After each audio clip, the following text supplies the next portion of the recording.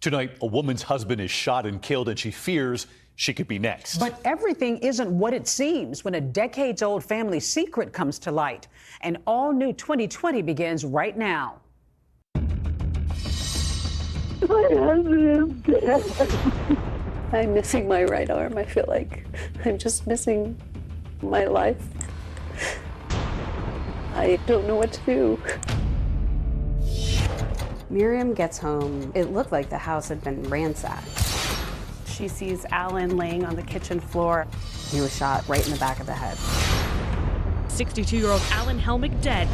Here in this parking lot, less than 2 months before Alan was murdered, there was an earlier attempt on his life. Somebody tried to torch our car. So the car actually got torched. We found a vehicle that had a wick in its gas tank and had been set on fire. Never seen anything like that before. We didn't know if this person could come back. Miriam became convinced she was being watched. She thought somebody was trying to come into the house, and she was scared for her life. 2 weeks after Alan's murder, Miriam finds a dramatic discovery under her doormat. And she goes, "What should I do? What should I do?" And I said, "You call the police and you get away from there." There's a card inside that says, "Alan's first, you're next. Run, run, run."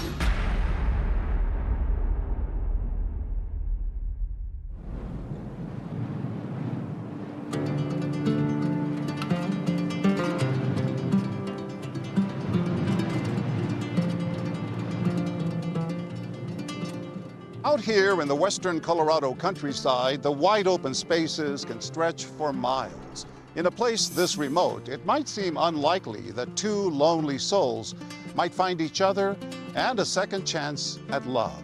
But that's exactly what happened here, until one warm summer day when the peace of this place was shattered by unimaginable violence.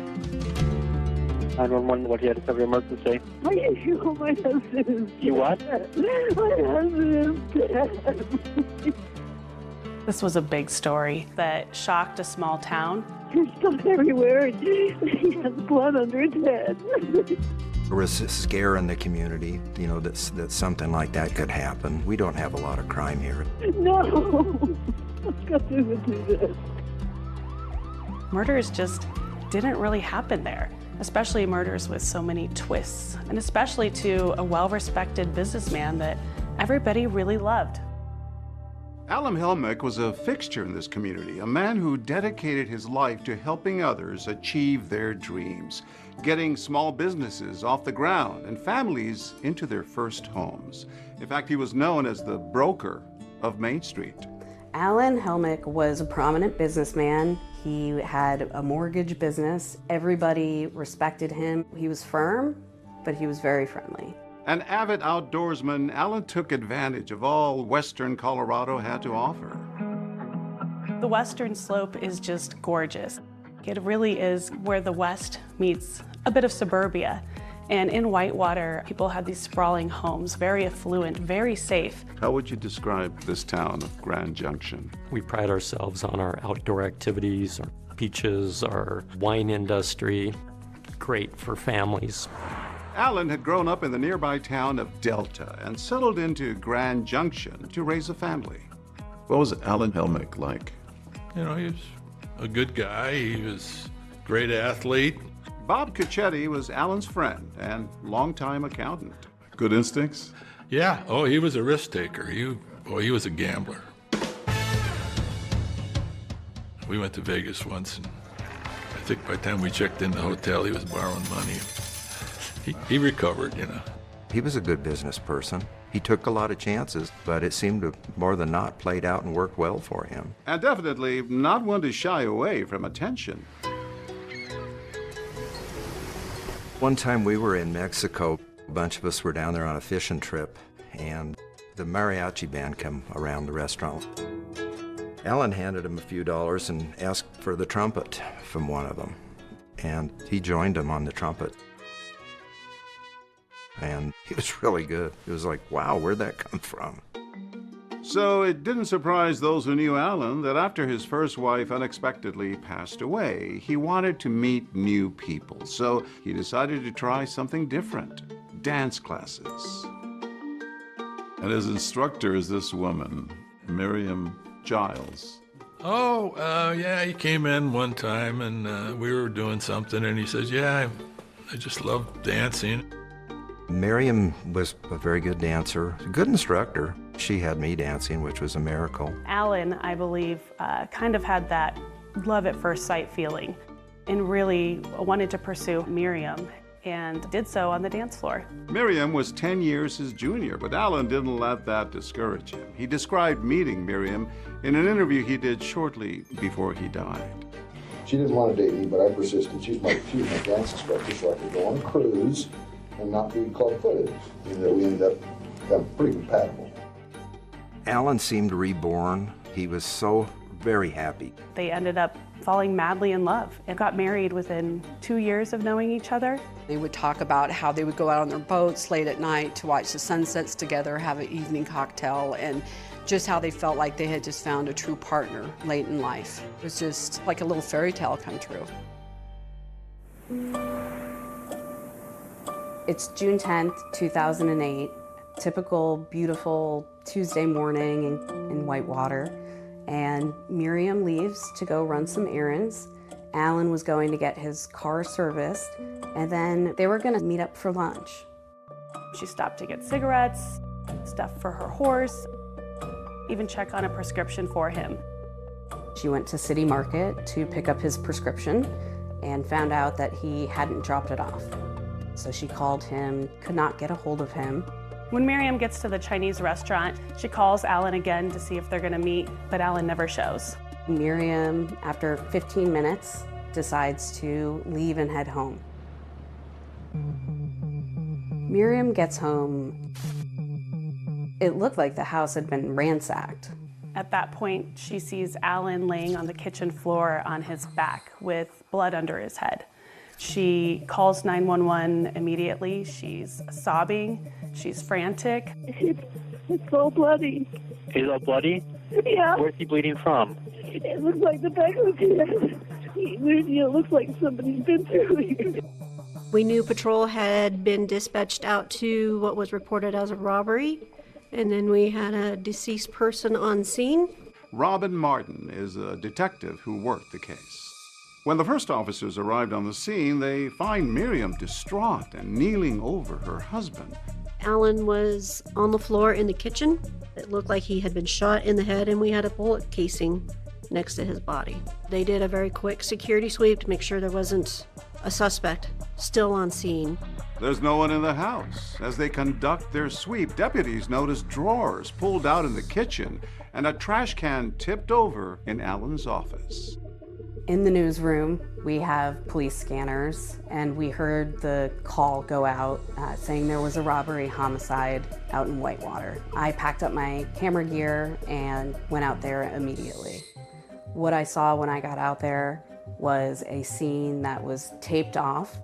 Multiple officers going in and out of the house, conducting their investigation. A lot of media attention? Yes. This was a big deal in that town, I guess. It was. Very much so. And everybody wanted to know what was going on. My wife and I were getting ready for bed. 10 o'clock news come on. The headline was, there has been a homicide in Whitewater. The Mesa County Sheriff's Office is called out to this Whitewater home. I kind of jokingly said to my wife, I says, oh no, I wonder if that's Alan. And lo and behold, it was Alan. What they find is 62-year-old Alan Helmick dead, shot in the head. It's Detective Work 101 that you start with the people closest to the victim. But in this case, Alan's wife, Miriam, was running those errands, expecting to meet Alan for lunch. She even had the voicemails to prove it. Okay, Alan, this isn't funny anymore. I've been sitting here in front of a Chinese place for 15 minutes, so would you call me?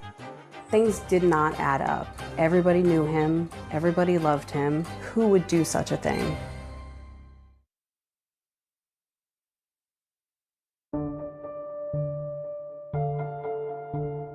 The Mesa County Sheriff's Office is called out to this Whitewater home on a report of a possible robbery. What they find is 62-year-old Alan Helmick dead, shot in the head. After finding her husband Alan dead in a pool of blood on the floor of their Whitewater, Colorado home, Miriam Helmick is brought in for an interview with the Mesa County Sheriff's Office. Thank you for coming down and helping us get to the bottom of this. We appreciate it. It's Miriam, right?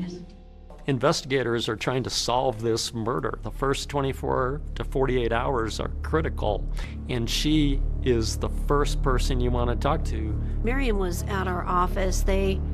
As we do with all, what were you doing today? Can you go through your day for us? I had some errands I needed to run today, so he was we would meet later, so he got in the shower and got dressed. Okay, what time did you leave?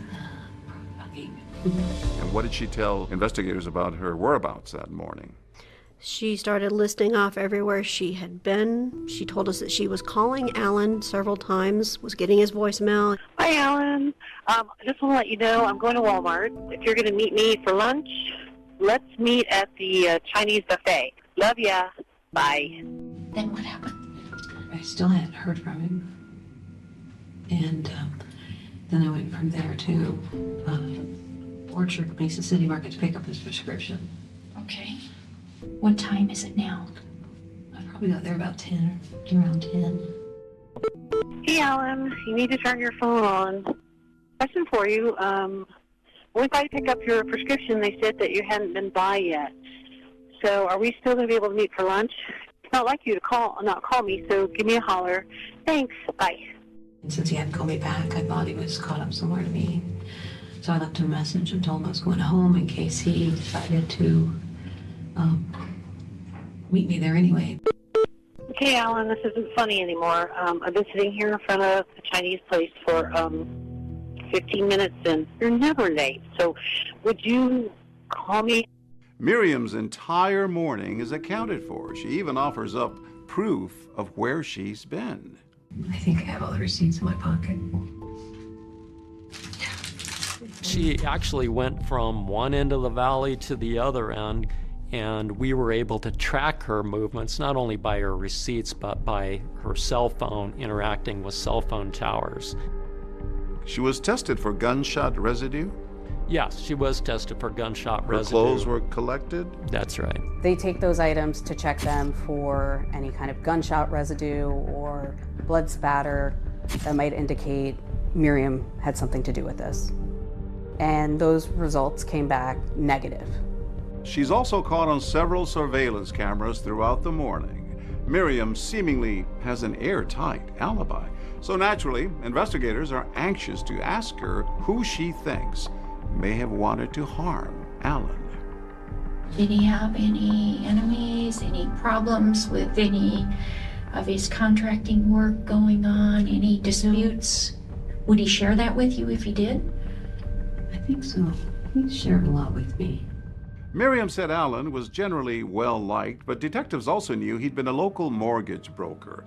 Could he have turned someone down? Maybe had a disgruntled former client or co-worker who was out for revenge. He did not like lying or dishonesty. He would fire people for that, but that was respected. And he had started his own business here decades earlier. Alan had married his high school sweetheart, Sharon, and had 4 children through 37 years together. But on New Year's Eve, 2003, she died of a sudden heart attack. How did that affect him? Friends said that he was quite depressed and wasn't doing that well. And soon afterward, he takes up dancing. He was encouraged to try a new activity. When Alan met Miriam, I know she had a policy of not dating her students, but Alan was pretty relentless. Kieran Wilson was a local journalist in Grand Junction, Colorado, who covered this case. Just days after Alan's murder, she spoke to an emotional Miriam.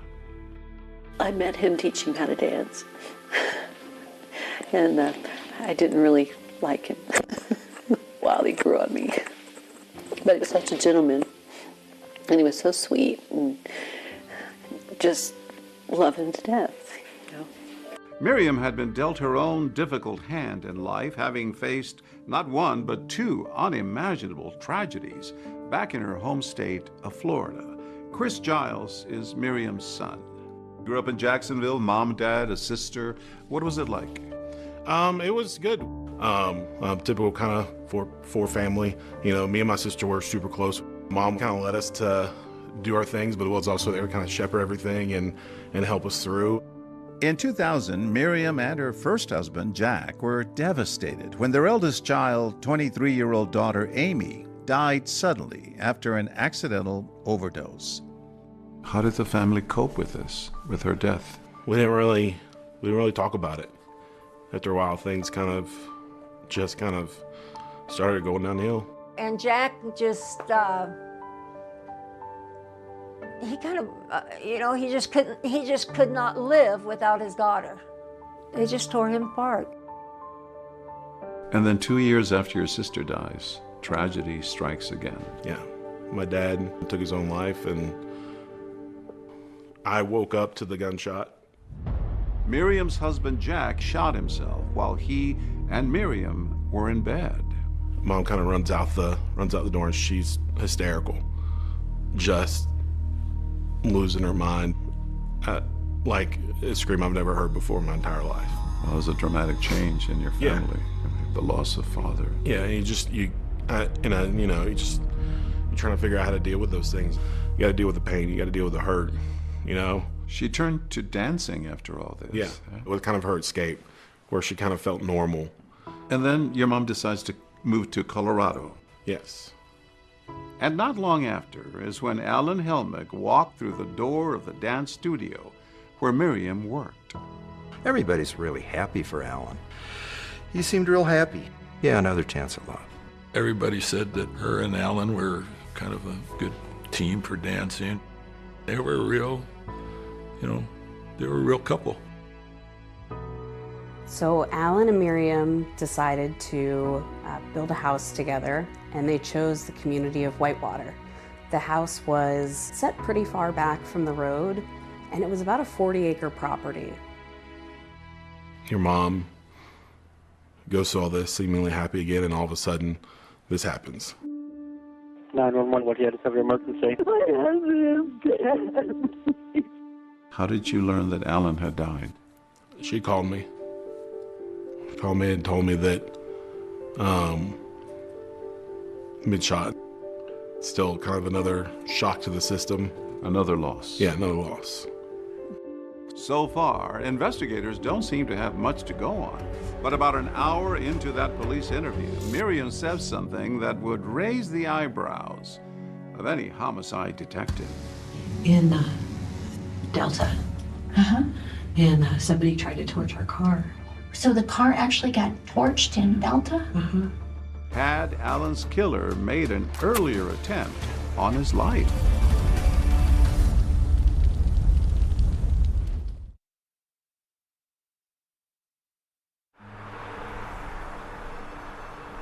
After Alan Helmick is found murdered in his Whitewater, Colorado home, his wife Miriam is interviewed by investigators.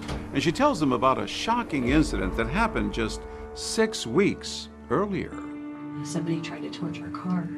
They took a stick or a big like restaurant skewer and put some kind of gauze on it and stuck it down in the gas tank and lit it. Here in this parking lot, less than 2 months before he was murdered, there was an earlier attempt on Alan's life. Someone tried to set his car on fire. It looked like something straight out of a movie, but for the Helmicks, this brush with death was all too real. Tell me about that incident. What happened that day with the car? Well, Alan and Miriam had driven to Delta for the closing on their business. They were selling Alan's title company to a purchaser, and they had finished the transaction and had parked out front. Collected a check? And collected a check for over $100,000 for the sale of this business, and got in the car. At that point, Miriam went in to use the restroom. And while she's in the business, the car starts smoking.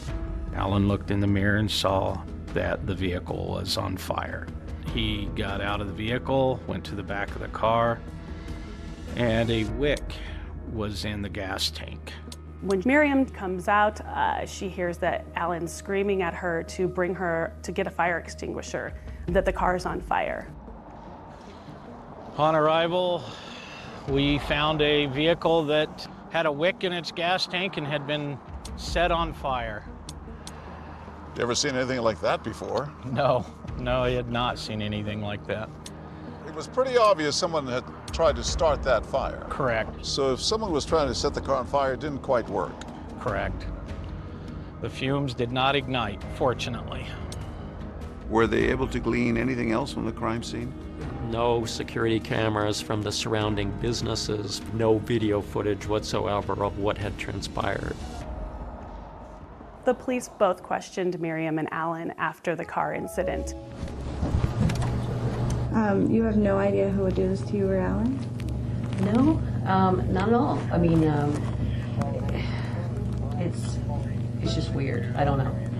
We've been hashing it over last night. We can't figure it out. Alan didn't have a lot of enemies, and so who would want to kill Alan in that kind of way by blowing up his car? That was a real mystery. Do you know anyone that would have a problem with you? I do not. Over the years, as active as I was in business in this area, there's going to be some unhappy people because I turn people down on loans from time to time. But I think I was well respected in the savings and loan industry. There are two people that have had a problem with me. Okay, who are those two people? Alan mentions two bankers with whom he had prior dealings, but quickly downplays their potential involvement in the arson. I can't imagine them being vindictive because they're too much exposed. Right. They did stupid things, but they're not stupid people. Investigators will ultimately determine that those bankers are not involved, but they're exploring every avenue, even asking Alan if he thinks it's possible Miriam could have been responsible for the car fire. Oh, God. No, I don't think that. Not at all. That would be terrible. No, why would you do that? So during the interviews with officers, Alan and Miriam had mentioned that Miriam would not hurt Alan or harm him because Alan was worth more to her alive than if he were dead. What would she gain if you died yesterday? What he would get is a mess. She gets nothing that was created prior to the marriage. Alan was convinced that it wasn't Miriam, and if the investigators in Delta had any suspicions of Miriam being involved in this, Alan was the first to defend her and say she wouldn't do this. And besides, what reason would Miriam have for trying to kill Alan? He'd always gone out of his way to make her dreams come true with lavish gifts and gestures. His goal in life was to make me happy, and he took care of me. His favorite saying was, have fun like hell. So anytime he knew I was going shopping or he gave me money or anything like that, he would say, have fun like hell.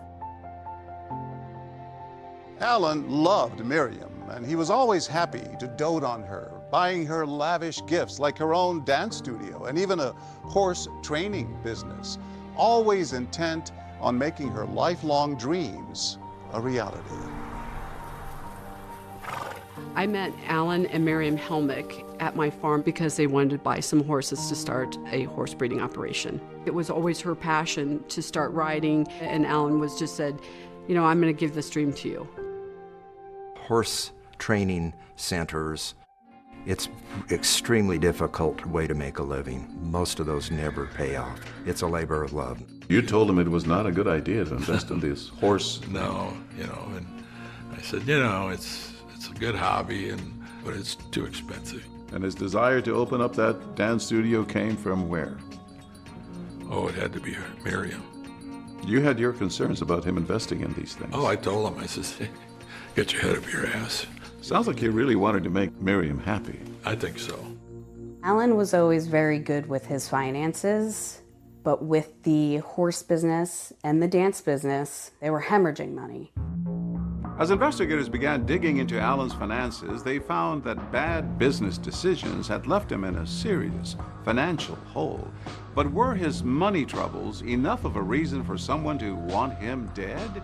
Or could the murder have been more personal? Does Alan Jr. know where you guys live now? Yes, he's been there. He's my wayward kid because he's sort of a bum. Investigators will soon learn about some long-standing Helmick family tension. He said if he shows up when he's not announced, you call the cops.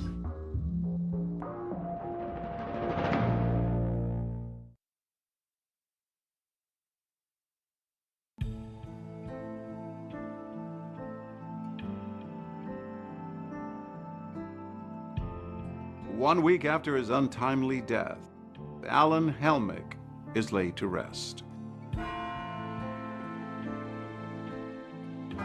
When we were at Alan's funeral, Miriam sat in a pew in the very front, of course. She was crying, looked real despondent. Alan's family, his daughters, were just heartbroken and devastated.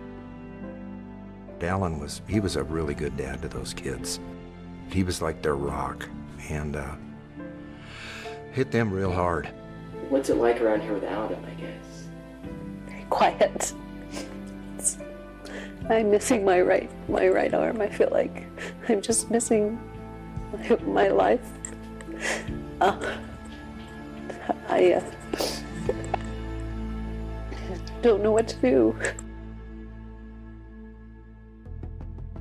In the days after Alan Helmick's murder, investigators had diligently chased down leads and conducted interviews with people in his orbit, but they hadn't announced any suspects. There was, however, one thing they were pretty sure of. This was not a robbery gone wrong. What stood out to you? It was odd. You had property still in the house that was, you could assume, was of value that a normal burglar would take. Like what? Computers, phones, jewelry. The normal type of stuff you would expect somebody to steal. There were drawers pulled out evenly. There was a trash can knocked over. There were drawers that were open that wouldn't hold valuables anyway. And most of the drawers were open in the kitchen, right? Correct. In the kitchen, throughout the house. It just did not sit right. It did not feel right. It was looking staged. And Alan's autopsy confirmed that he probably had not walked in on anyone committing a burglary. There was no indication that Alan had tried to fight off his attacker. It was very clear that he was caught by surprise as he was shot right in the back of the head. Do you think Alan knew his attacker? I don't know. But there was someone in Alan's life that Miriam had told investigators he'd been wary of. At one point, Miriam starts pointing fingers at Alan's son, Alan Jr. What did she say about him? Miriam talked about how Alan and Alan Jr. never got along, and that there was some falling out between the two of them and some animosity. Tell me more about Alan Jr. He's had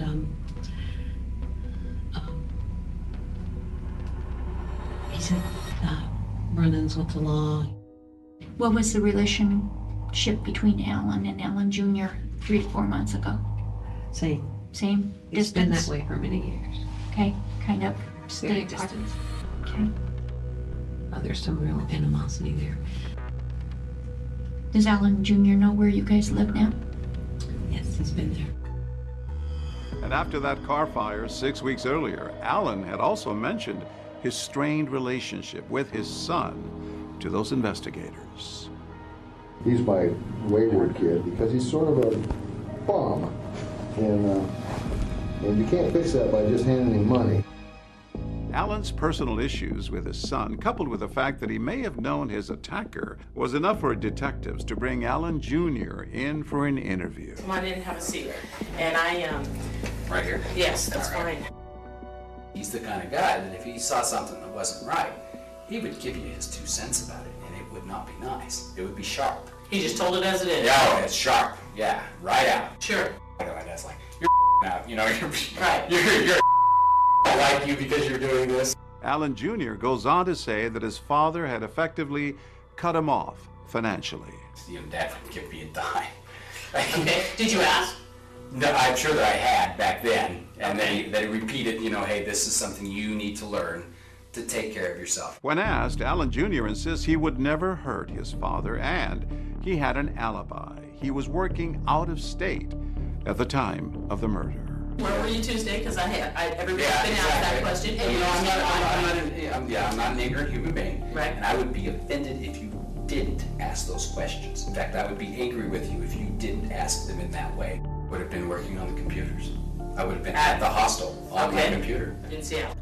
Alan Jr. was cleared as a suspect. That's right. No evidence linking Alan Jr. to having anything to do with Alan's murder. So investigators are back to square one. That's right. There were no suspects. We didn't know if this person could come back.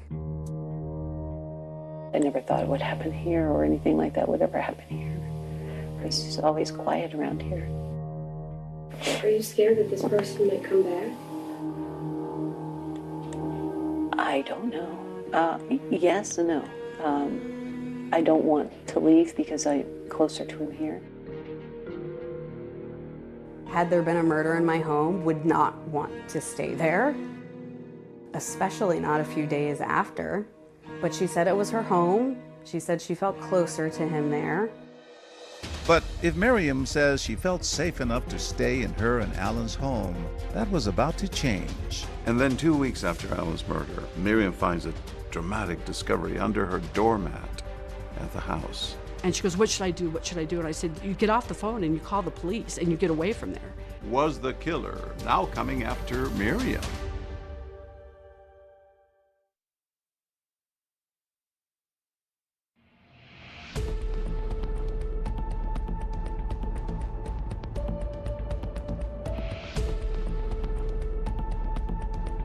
Miriam Helmick came home last Tuesday to find her husband Alan shot and killed. Her quiet Whitewater neighborhood was turned upside down. The baffling murder of businessman Alan Helmick had left a community desperate for answers. Detectives were taking a close look at everyone in Alan's life, even close friends like Ed Benson, who was brought in for an interview. I've known Alan, I don't know, a long time. So you're good friends, I could. Well, is it safe to say you're good friends, or we're friends? I mean, we're not. We're good friends. So. Strange interviews with the sheriff's department, the investigator. You know, you go in and we're friends, but yet we were treated as like suspects. Did you guys ever have any bad blood between you two, or anything like that? Not from my standpoint. Not at all. No. Any enemies that you know of without Alan telling you, or any? Said rumors that, Alan's not a good guy or anything like that? Never. Okay. Never. And there was that mysterious car fire just weeks earlier. Everyone wondering, could the two incidents be linked? Take it all that they may be connected? A good possibility. I was letting them figure that out. It was, it was a shock to us. But he never mentioned anything about anybody that would do something like that. As days passed with no suspects in custody, Miriam became convinced she was being watched. She reported seeing a white pickup truck with a driver she didn't recognize circling the property, leaving her to wonder whether the same people who killed Alan were now coming after her. I talked to Miriam almost on a daily basis, and in a lot of our conversations, she talked about that she thought somebody was trying to come into the house and she was scared for her life. Miriam starts reporting that weird things have been happening around the house. She's saying that she will come home and a door that she knows she locked is unlocked. She was finding lights on. She was finding medicine cabinet doors open that shouldn't be. She saw one or more suspicious vehicles that she didn't know who was linked to them. And mind you, this is a very small area, only a handful of homes out there. And you recognize most of the vehicles that are driving in and out of the area.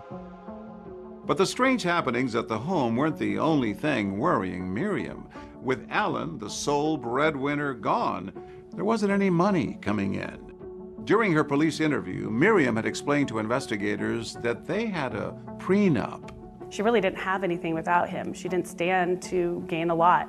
I did not have any legal claim to anything that he owned. Okay. It was pretty cut and dry. Miriam's financial situation was fairly dire. In fact, she started selling off some of the property they had together. She said she had no money, all the money was in Alan's name. So I said, well, let me buy the horses back, I'll pay your debt off to the other trainer. That way it'll give you some money for what you need to live on. And then, as Miriam is struggling to stay financially afloat, an ominous message shows up on her doorstep. She was with her friend Penny. They had just gotten back from shopping. She goes up to her front door and she sees an envelope sticking out from under the mat. And when she opens that envelope, there's a card inside that says, "Alan's first, you're next. Run, run, run." She collapses to the ground, becomes very distraught. Marion calls me and she's frantic. And she goes, what should I do? And I said, well, you need to hang up the phone and call the police and get out of there. I said, because somebody could be there trying to hurt you. The greeting card is turned over by Miriam to her lawyer, who then notifies the police. I was given a copy of the card. It said, "To the grieving widow," in block letters. On the front is a picture of a middle-aged female. And it said, "Insanity, doing the same thing over and over again, expecting a different result." And then inside, Alan spelled A-L-L-E-N. Misspelled. Misspelled. Your was also Y-O-U-R. A grammatical thing, okay. Whoever left it there had cut out the barcode, seemingly in an effort to obfuscate anybody tracing that card, where it was purchased, who purchased it, that sort of thing. It looks like Miriam might be the next target. Maybe there is somebody out there who really wants to kill Miriam as well. After Miriam received the threatening card, she left and she went back to Florida, Jacksonville, Florida, where she's from. She moved in with her son, Chris. How was she coping? Oh, it was not good. You know, there was some brokenness there. I just knew that she was in a bad place. I was trying to help her through that stuff. What did you make of that? I think that's not that abnormal. She didn't have a lot to her name, so she needed to figure out how to live without Alan. Back in Colorado, that bizarre greeting card gives police something they have been desperately searching for: a solid lead. I had actually seen this card before. Just coincidentally, you had seen the card? It's kind of a unique front on a card. It's at this city market that investigators finally get the break they've been waiting for. The person who bought that card with the threatening message from Miriam is caught on surveillance tape here. And just who that person is will take everyone by surprise. You see it clear as day. Then a bombshell discovery from decades earlier. The piece of evidence that was really the smoking gun, almost literally, was recovered from that lawn in Delta. What investigators find buried here will crack this case wide open.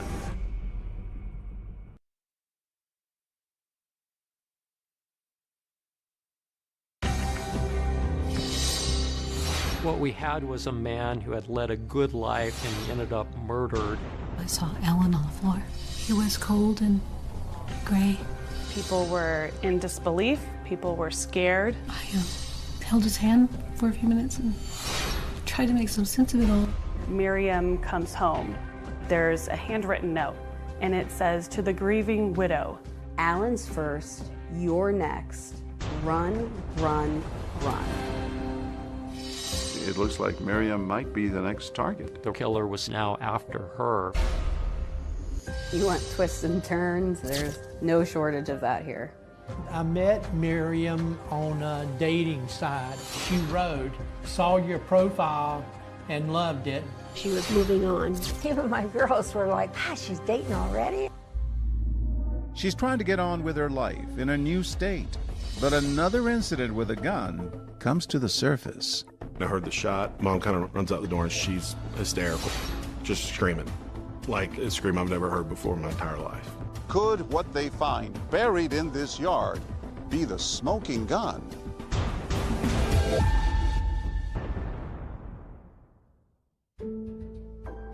On June 10, 2008, 62-year-old respected businessman Alan Helmick was found dead in his home by his wife Miriam. When we arrived, Alan was on the floor in the kitchen. He had been shot in the head, and we had a bullet casing next to his body. The place had been ransacked, but nothing seemed to have been taken. They realized fairly quickly that this was a staged attempt to hide what really happened. A tragic ending to what appeared to be a perfect second chance at love. Both Alan and Miriam were widows. She was his dance instructor for ballroom dancing lessons. I'm missing my right arm. I feel like I'm just missing my life. I don't know what to do. Miriam told police she'd been running errands all morning and provided receipts to back up her alibi. I went to Walmart. Okay. I needed to buy some shirts. Police were at a loss as to who would want this well-liked businessman dead. Alan had some enemies, but nobody was going to kill him. And as investigators began to dig deeper, the story took a frightening turn.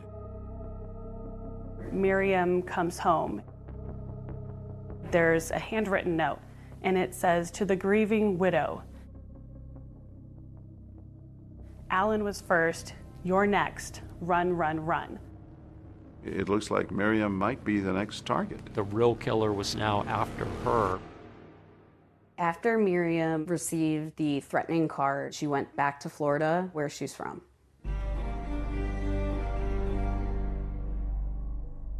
When Miriam came back to Florida, I was so surprised. I just couldn't believe it. She gave me a call, and I got a lot to tell you, she says. In Florida, Miriam turned to old friends for support, reconnecting with her former neighbor, Aline Lee. Miriam didn't have any money. She said, "All I've got is just the clothes on my back. I have nothing." I said, "I can get you clothes. My girls are your size." I bought a gas card for her, and I gave her a bag of jewelry. I just felt bad for her.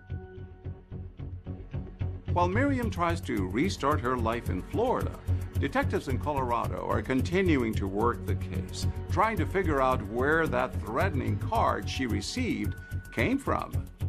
They got in touch with the manufacturer of the card. He was able to tell them where these cards were sold. I checked the Hallmark. I checked the Hobby Lobby. We finally get to the city markets. I contacted their loss prevention guy. They found 2 sales. One person paid in cash, didn't know who that person was. The other one was with a credit card. So we had a name, and then he found one more purchase. He called me, and he's like, "I've got video." That store uses VHS tapes? That particular store was not as up-to-date as their others, and they did use VHS, and they used it over and over and over again. So by the time we got this tape, it was kind of delicate.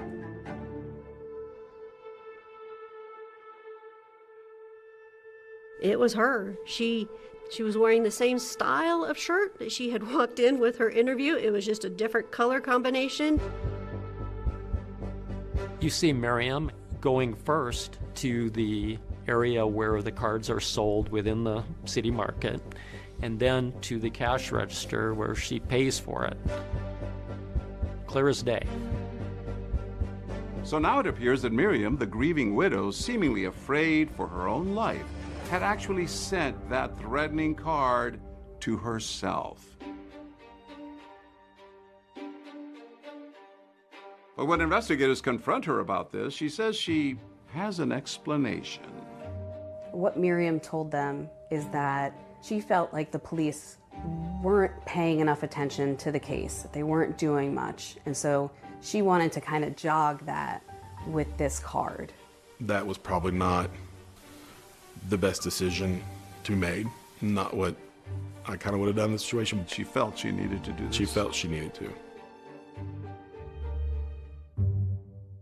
Did that greeting card incident change the way you and investigators approached the case? What innocent person would do this? Obfuscate, complicate a murder investigation with this ruse?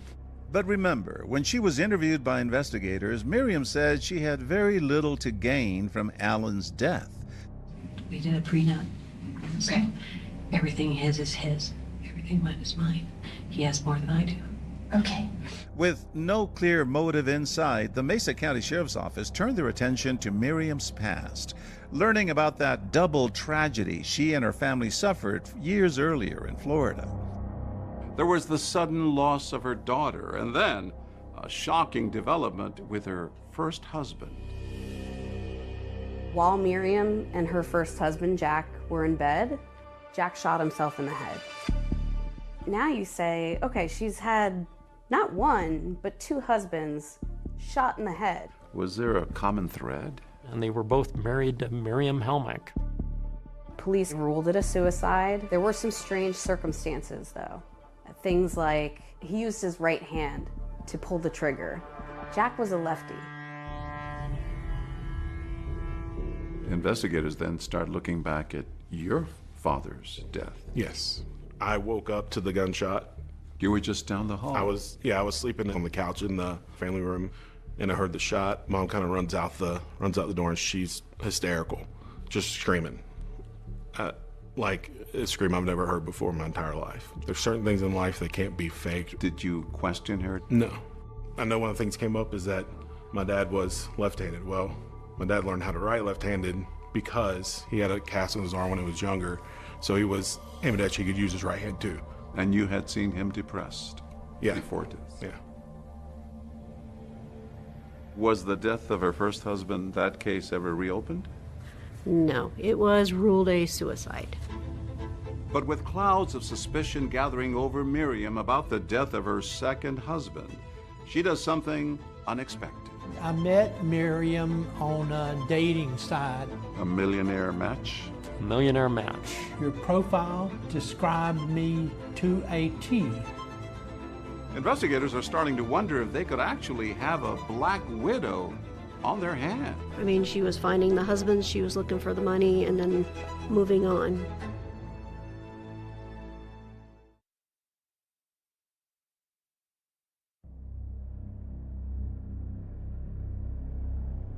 With suspicion now mounting that she may be the person who killed her husband, Alan, Miriam Helmick does something unexpected. She goes looking for love again.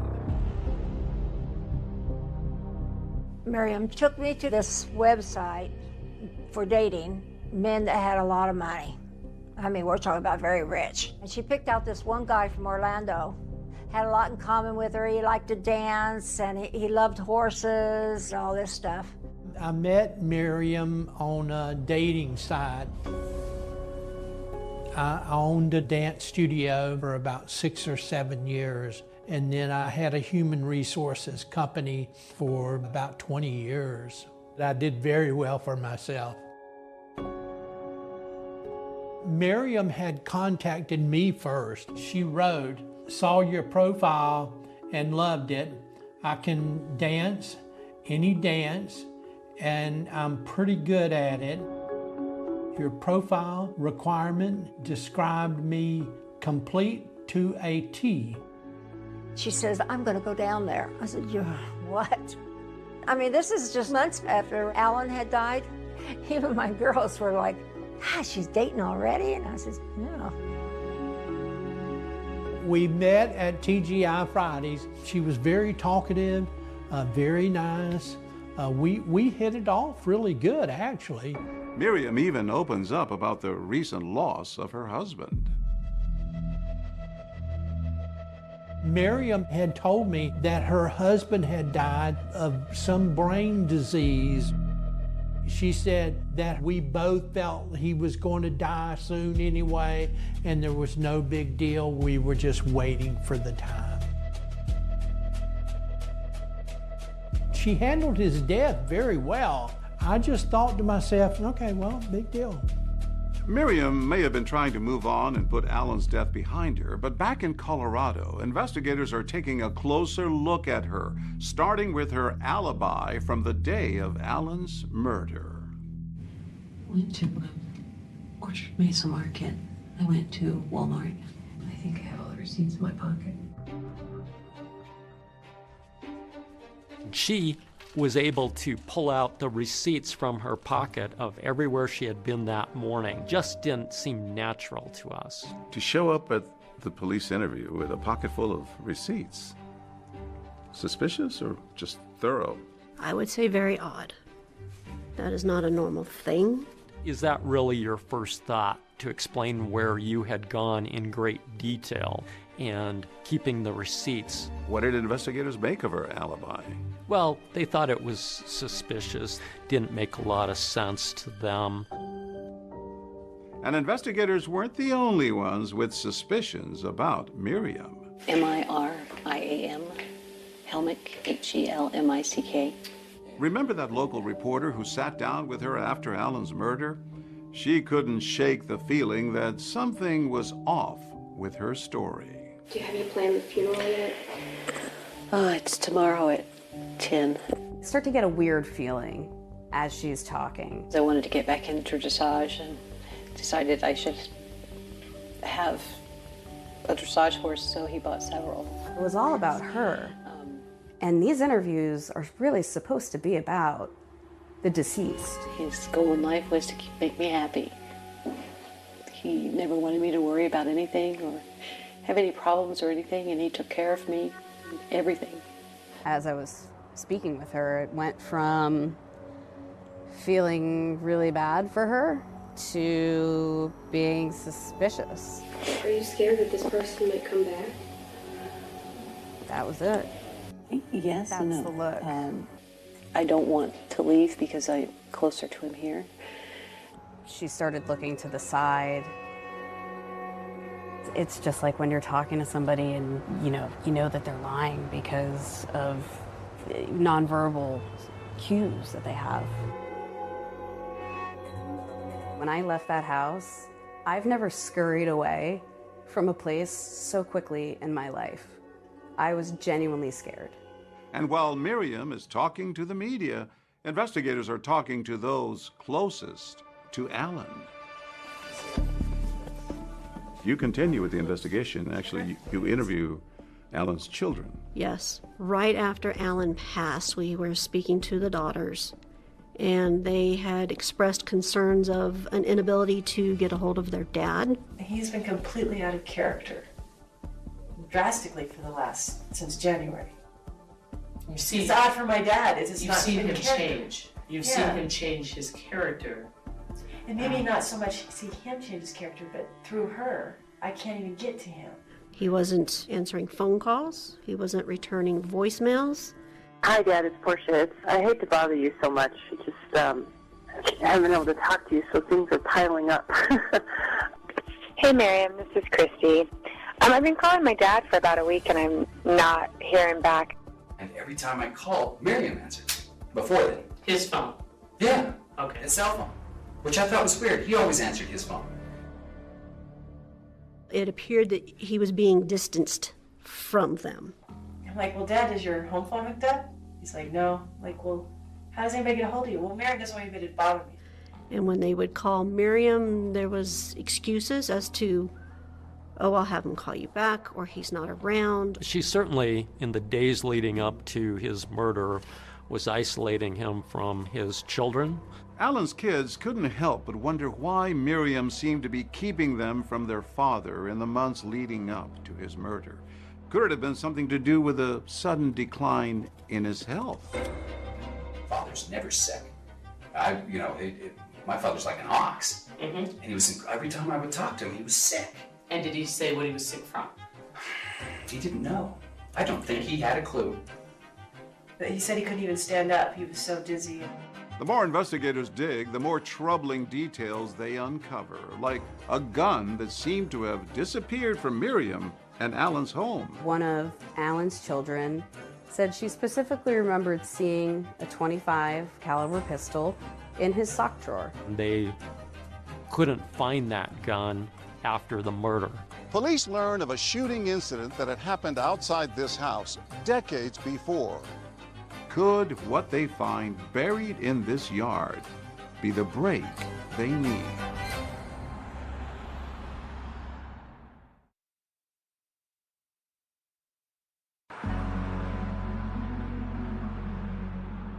Detectives will often say that when it comes to investigating, there are no coincidences.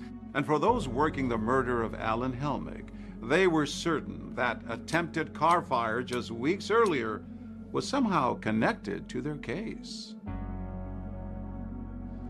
This area is where I was dispatched to a car fire. We saw that somebody had placed a wick in the gas tank of a vehicle. We contacted the driver. We were speaking with him. We were speaking with his wife. As I started questioning both of them, I noticed she became a bit nervous, and she said that she wasn't feeling well, needed to run to the restroom. I watched her leave the back of the vehicle, not go into the restroom she just came out of. Not right here. Not right here where she just went to the restroom. She actually went across 4 lanes of traffic, which... That's strange. Very strange. Did she ever come back? Not while I was on scene. She stayed over there? She stayed over there. When you were still here, you went into the ladies' room. We did. What did you find there? We smelled the odor of gasoline. It was fairly strong. Since investigators learned that Miriam had been standing at the trunk right before Alan discovered the fire, they decided to bluff him, telling Alan there was surveillance video of the incident to see if he thought his wife could have been responsible. I watched the video. Is she on there? I'm asking you. What do you think? No, is she on there? I'm Did she asking lie? you what you think. No, but I could be wrong. We bluffed Alan, and he said he didn't believe it. And you didn't answer my question. You looked at the video. No. Nice little flick there. If you'd seen her on the video doing it, I would have been shocked. The crime scene reminded investigators of a movie scene. After all the dust had settled, our investigators started thinking about what had transpired in Delta. They thought, this sounds like the car explosion scene in No Country for Old Men, which had just come out in the last year, and was a popular movie where the villain had created a distraction by lighting a magazine, sticking it into the gas inlet, and exploding the car. As police are looking into this, they discovered that the Helmicks had rented that movie about 4 days prior to the incident. Was this the smoking gun or smoking car? It definitely was part of the investigation. Miriam was not charged with the arson in Delta because of the roadblock put up when Alan demanded the investigation be closed. He did not want to pursue it if we were looking at Miriam, and that he would not cooperate with the investigation. And the detectives now investigating Alan's murder are still searching for any hard evidence that Miriam pulled the trigger. After all, they still hadn't recovered a murder weapon. There was the issue of the firearm that was missing from the home. And in talking to the daughters, we knew that there should have been a .25 caliber Lorson in the house. Because people had seen that gun there before. Correct. As luck would have it, there was an old Helmick family story from decades earlier of Alan's first wife's stepfather firing that same gun into the ground during a domestic dispute back in 1989. Could this gun, now missing, be the murder weapon? There was some evidence that it had been in the house in the years leading up to the murder, and no evidence of what he would have done with that weapon. No evidence he sold it, gave it away, traded it. You know, where is this gun? And then investigators bring in a metal detector into the case. Right. Detectives come up with a long shot idea. Go back to the property where that domestic dispute happened back in 1989. Could they recover the bullet fired from that gun and compare it to the bullet that killed Alan? I received a phone call from the chief investigator at the Sheriff's Department of Mesa County asking me if I would assist them in searching for a bullet. Carol Quarles is a retired law enforcement officer who has experience using a metal detector to search for missing evidence. So your reaction when they asked you to get involved in this case? Oh, yeah, heck yeah. Anytime. Just call me. I love finding evidence. And you started over here? And I started working my way around. And then I just slowly worked my way around to about midway in the yard. And I hadn't found anything. And they were getting nervous. The investigator said, well, maybe you're not going to find it. Yeah, maybe the witness wasn't remembering things right. Right. To which you said, let me check over there in case the shooter shot into that corner of the yard. And so I walked over there, and it wasn't 30 to 45 seconds, and I had the bullet. Where did you find that bullet? That bullet was right in this area right here. It was an aha moment. I mean, it was euphoric. That's the best way that I can explain it. And they dug up that bullet that had been there since 1989. They were able to compare that bullet from the ground to the bullet that was recovered from Alan's headshot. And what we were able to determine was that the two bullets were consistent with each other. The evidence is building up against her. It is. At this point, police believe that they have enough to arrest Miriam for Alan's murder. But this is a woman who police believe orchestrated an attempted firebombing and shot her husband in the head in cold blood. Is she just going to go quietly? She's being investigated for a homicide. You don't ever know that she doesn't have a gun. If she sees you and she's scared, knows what's going on, it's a real game out there at that point.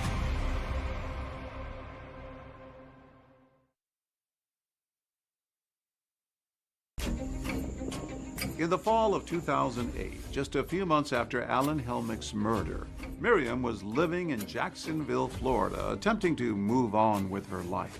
But her past in Colorado was about to catch up with her. I was a special agent with the Florida Department of Law Enforcement here in the Jacksonville field office.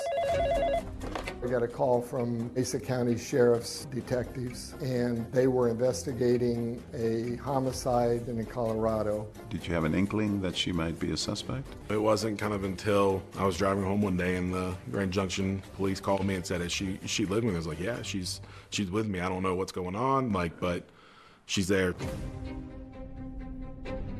And we sent 2 investigators down there with an arrest warrant. They handcuffed her and set her right on the ground. She had a blank expression on her face, like a little bit angry looking almost. 6 months after Alan's death, Miriam is charged with first-degree murder, attempted murder for that car fire, and forgery. She pleads not guilty and is extradited from Florida back to Colorado.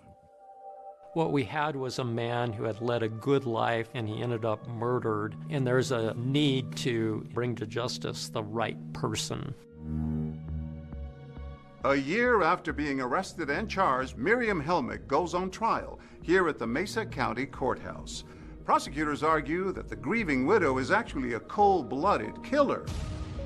Miriam Helmick standing trial for the murder of her husband was a huge deal. The courtroom was pretty packed. It was a bit chilling. Miriam did not show a lot of emotion. She didn't look like herself. So why do prosecutors believe Miriam killed Alan? They argue the motive was as age-old as they come. Money. Financial motive was the critical part of your argument. There were suspicious bank account activity where it appeared that Miriam had forged multiple checks from Alan's account. All told, she had taken about $40,000 out of his account through writing those checks. But the defense pushed back, saying that Miriam had Alan's permission to write those checks, both as his wife and his secretary. Banks had been calling, trying to get a hold of Alan. He wasn't being available to his banker, something that had never happened before. Now there was an urgency. Right. In fact, the banker had reached out to one of Alan's daughters, and that was tension that was building. Prosecutors put Alan's daughter, Portia, on the stand to testify about the way Miriam seemed to be isolating her father in the months leading up to his murder. He was much less involved in my life. He was much more distant. I called him, and when I didn't get to his phone, I called Miriam's phone. And when they would call Miriam, there was excuses as to, oh, I'll have him call you back, or he's not around. If Alan was discovering that she had been taking money from him without permission, that was a possible motive. How would he have reacted if he had found it? Everything would have been over. You'd had our attorney on a hotline, and it would have been over. And prosecutors argued that Miriam had tried to kill Alan not once, but twice. The first time in that failed attempt at blowing up his car. They called Miriam's horse breeder and friend, Jerry Yarborough, to the stand. When I went on the stand, I was super scared because I knew my testimony was going to be not so good for Miriam. Jerry told jurors about a conversation she said she had with Miriam after that failed car bombing. She had said that she found out that a car won't explode if it has a full tank of gas. And when she said that, what was her demeanor? She laughed. That catch you off guard? Pretty much. But the defense pointed out that if Miriam was after Alan's money, why would she try to blow up his car while he was holding that large cashier's check he had just received? The piece of evidence that was really the smoking gun, almost literally, was the bullet that was able to be recovered from that lawn in Delta. How pivotal was that in tying Miriam to the crime? That was a nice piece of evidence because we didn't actually find the gun, but we had a story about the gun, how it was seen in the home. Now we have a bullet that roughly matches the bullet that was recovered from Alan. But as Miriam's defense pointed out, roughly matched is not the same as a perfect match. Couldn't prove it beyond a reasonable doubt. Then the defense did something you don't often see at a murder trial. The defense calls Miriam Helmick to the stand. They called Miriam to testify in her own defense. Once you got inside, what did you see? I saw Alan on the floor. I dropped my bags and went to him. He was cold and gray. I held his hand for a few minutes and tried to make some sense of it all. Miriam stayed on that stand for 2 days, denying that she had anything to do with Alan's murder. When prosecutors got their chance to cross-examine her, they pressed her on the infamous run, run, run card that she admitted sending to herself. You were just acting at that time, weren't you? Yes, just briefly. You concocted a complete ruse to lead them on a wild goose chase away from you and towards some phantom killer out there, correct? If they'd actually had contacted me or listened, then maybe I wouldn't have been at that point. That was probably not the best decision to be made, but I think at that point she was probably broken, just emotionally and mentally broken. That video really did undermine Miriam's credibility. Showing her purchasing that card was very difficult for the defense to rebut. After 16 days of testimony, the jury gets the case. They come back with a verdict in 5 hours for a first-degree murder case. You just don't see that. 5 hours was very fast. The verdict, guilty on all counts. There was a little bit of a sigh of relief. Well, you thought, good, she's going to get what she has coming. She was sentenced to life without parole. I think that spoke volumes to all of the evidence, circumstantial or not, that was stacked up against her. But Miriam says the jury got it wrong, and she had a lot more to say when we spoke in her first interview since being convicted. Miriam, are you telling me that your husband Alan started the car fire himself? Why would he do that?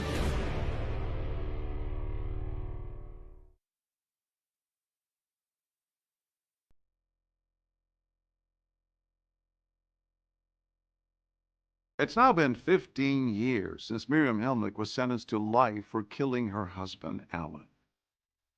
Since then, she's been at the Denver Women's Correctional Facility, where she recently called me from. An incarcerated individual at Denver Women's Correctional Facility. Hello, Miriam. Hi. How are you doing over there? Good, good. This is the first time she's spoken publicly since her 2009 sentencing.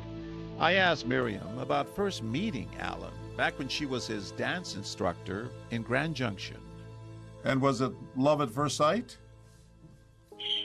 Well, not really, no, because I was there trying to work, and but he just never gave up. Let's just put it that way. He was very persistent. Yes, very. And eventually you fell in love with him. Yes. It was kind of hard not to. I mean, he's a very, very kind, very sweet man, and he always had your best interest at heart, usually. Alan's kids say that you were isolating him from them in the months prior to his death. Was that true? No. But he would get really pale during the day, and I would make him rest. And so I would take his phone away where he wouldn't ring so that he could get some rest. Because it seemed like they always called when he was trying to get a nap. Next message. Hey, this is Portia. I'm starting to get a complex here because you guys have never not picked up your phone. Our pathologist, Dr. Kurtzman, indicated there was evidence of advanced heart disease. So if he was not feeling well, it was probably attributable to the heart disease. Prosecutors say that you fraudulently had written about $40,000 in checks on Alan's money that he was about to find out, and that's why you killed him. He could look up online anytime and see what was coming out of his bank account. Nobody stopped him from doing that. So anything that was written with his approval. Did you steal any money from Alan? No, I didn't take anything from him because everything that was put into the bank went into his bank account. None of it came to me. Did you have anything to do with starting that car fire? No, I didn't have any inclination to do it. But I almost believe that he started his own car fire. You mean to tell me that Alan started the car fire himself? Why would he try to do that and possibly hurt himself? Well, I don't think he thought about hurting himself, and it took me a while to wrap my head around that he would possibly do anything like that. Miriam says Alan may have tried to set the car fire for the insurance money. I started to wonder if he did, because as soon as he got his car home, he applied for the insurance on it. It's a claim that's hard to back up, but Alan was adamant with authorities that he did not believe Miriam would ever try to kill him. I had called Alan to advise him that I felt his current wife, Miriam, was trying to kill him. And Alan got upset with me and told me that Miriam would never do that to him. And at that point, he asked me to terminate the case. What about the gun that was missing from your home and Alan's home? I didn't know it was missing until this whole thing, so I have no idea how or where it went. It had an unusual family history, that gun. I know when I first met him, 2 years before that, I saw it that he was removing, and I asked him to put it away because I don't like handguns. I just don't. I already had to deal with that kind of thing. It was very unnerving to me. That was the last time I saw it. Now, authorities also questioned your alibi, all the receipts that you had. It looked like you were trying so hard to create an alibi. Were you?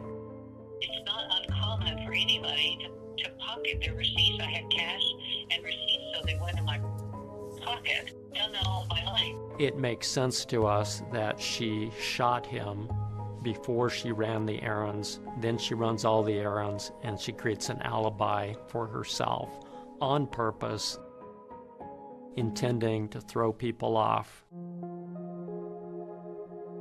Miriam, did you kill your husband, Alan? I did not. Do you think you'll get out of prison someday? I do, eventually, because I know that I'm going to keep digging, and I know that we're going to be able to put this together.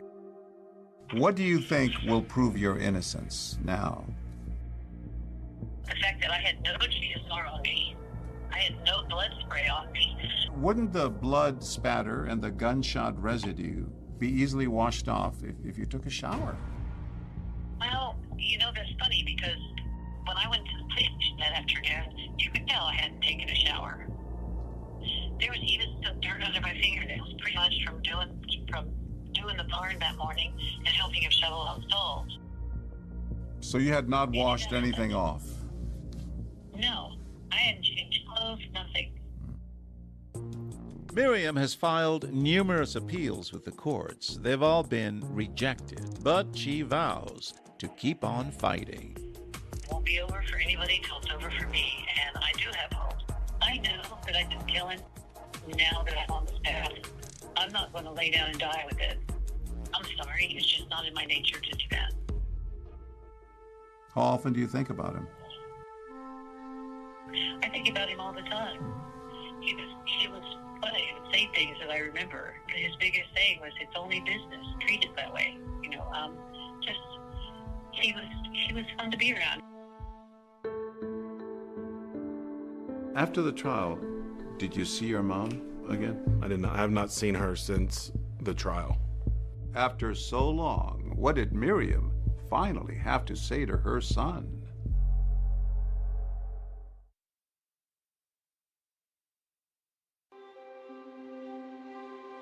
Don't forget, you're going to put on your jacket, too.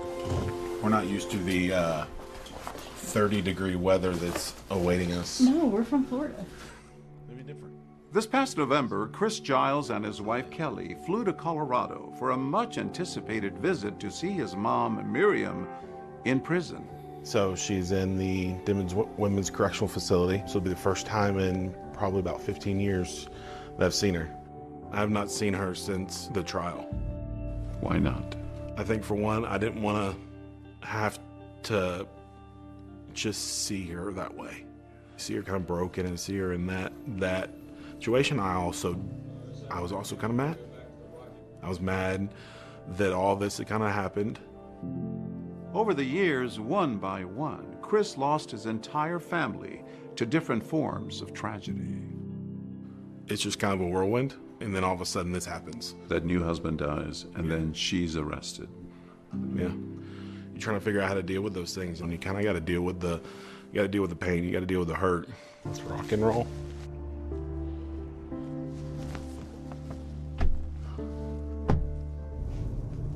It's probably nervous like me, you know, a little bit nervous, a little excited. Our cameras were not allowed inside the prison, but Chris tells me that reuniting with his mom, while complicated, was also healing for him. First thing she did was apologize. What did she say? As soon as we sat down.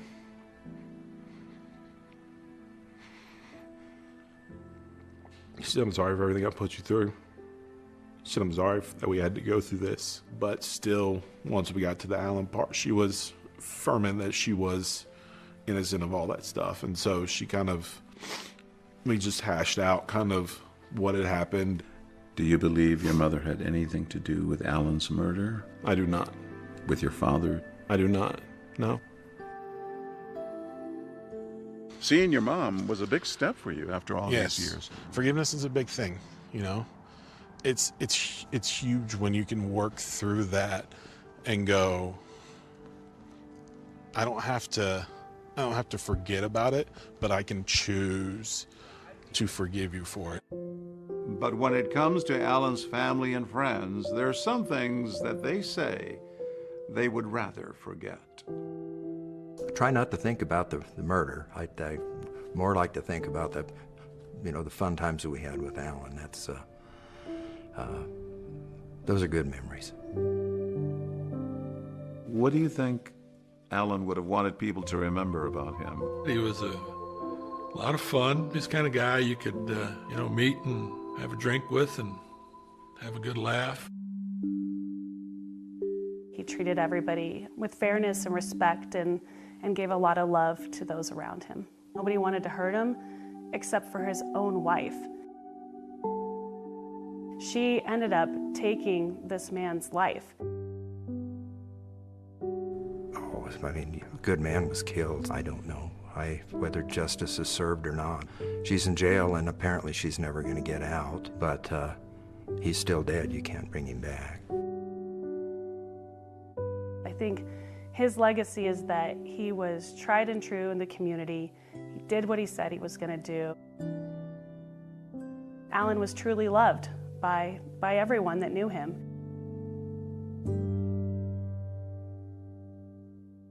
Miriam Helmick was sentenced to life plus 78 years. David, she has exhausted her appeals, but she says she still plans to fight for her freedom.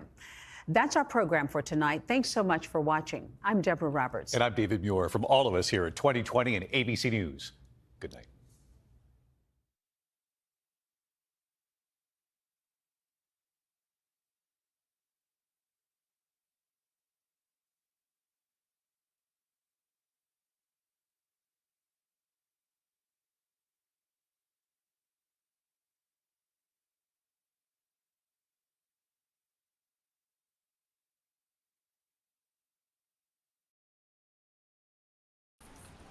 All right, guys, thank you very much for coming today. I have called you for a very special thing.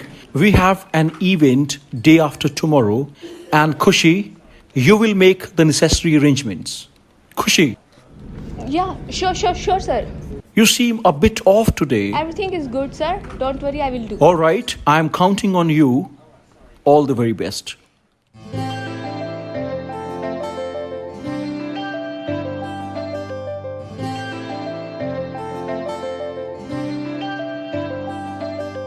ਕੱਲ ਰਾਤੀ ਰੋਈਆਂ ਮੈਂ ਤੇਰੇ ਕਰਕੇ ਸੁਣਿਆ ਏ ਤੂੰ ਵੀ ਰੋਇਆ ਮੇਰੇ ਕਰਕੇ ਕੁੜੀਆਂ ਚ ਲੜਾ ਮੈਂ ਵੀ ਤੇਰੇ ਕਰਕੇ ਮੁੰਡਿਆਂ ਚ ਅੜੇ ਤੂੰ ਵੀ ਮੇਰੇ ਕਰਕੇ ਮੈਂ ਨਾ ਪਿਆਰ ਕਰਾਂ ਮੈਂ ਨਾ ਪਿਆਰ ਕਰਾਂ ਕਿਉਂ ਨਖਰੇ ਜਿਹੇ ਦਿਖਾਵੇਂ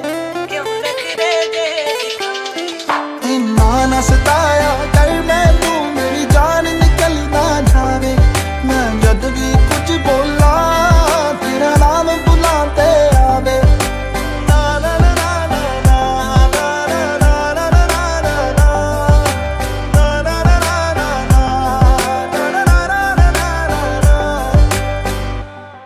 ਪੁੱਛਦੀ ਮੈਂ ਤੈਨੂੰ ਮੈਨੂੰ ਸੱਚ ਸੱਚ ਦੱਸੀ ਵੇ ਇੱਕ ਵੀ ਨਾ ਗੱਲ ਵੇ ਤੂੰ ਦਿਲ ਵਿੱਚ ਰੱਖੀ ਵੇ ਦੁਨੀਆ ਨਹੀਂ ਚਾਹੁੰਦੀ ਵੇ ਤੇਰਾ ਮੇਰਾ ਪਿਆਰ ਵੇ ਸੁਣ ਮੇਰੀ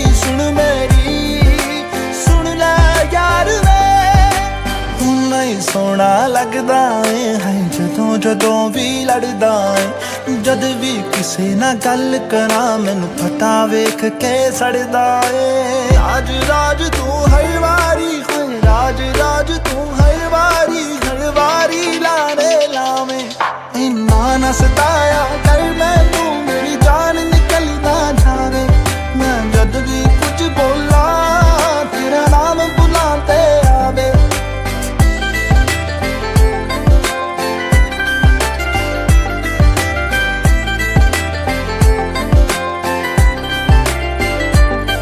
ਸਾਰਾ ਦਿਨ ਬਿਜ਼ੀ ਰਹਿਣਾ ਏ ਤੂੰ ਯਾਰਾਂ ਦੇ ਨਾਲ ਬਹਿਣਾ ਏ ਤੇਰੀ ਦੂਰੀ ਤੇ ਮਜਬੂਰੀ ਦਿਲ ਮੇਰਾ ਏ ਸਹਿੰਦਾ ਏ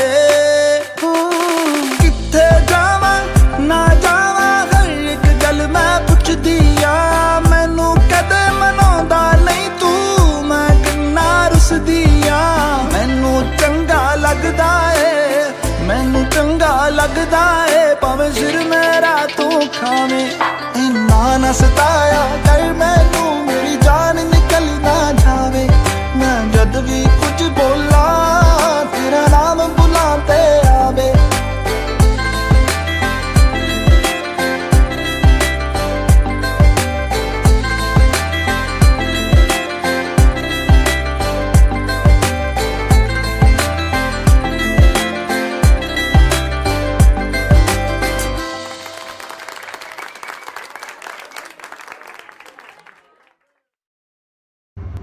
तो अभी आपने हमारा दुनिया सॉन्ग देखा, सो प्लीज कमेंट करके बताना कि आपको सॉन्ग कैसा लगा। एंड हाँ, वीडियो को लाइक करना, जाने से पहले रिपल म्यूजिक स्टूडियोज के चैनल को सब्सक्राइब कर लेना। Thank you. Bye-bye, everyone.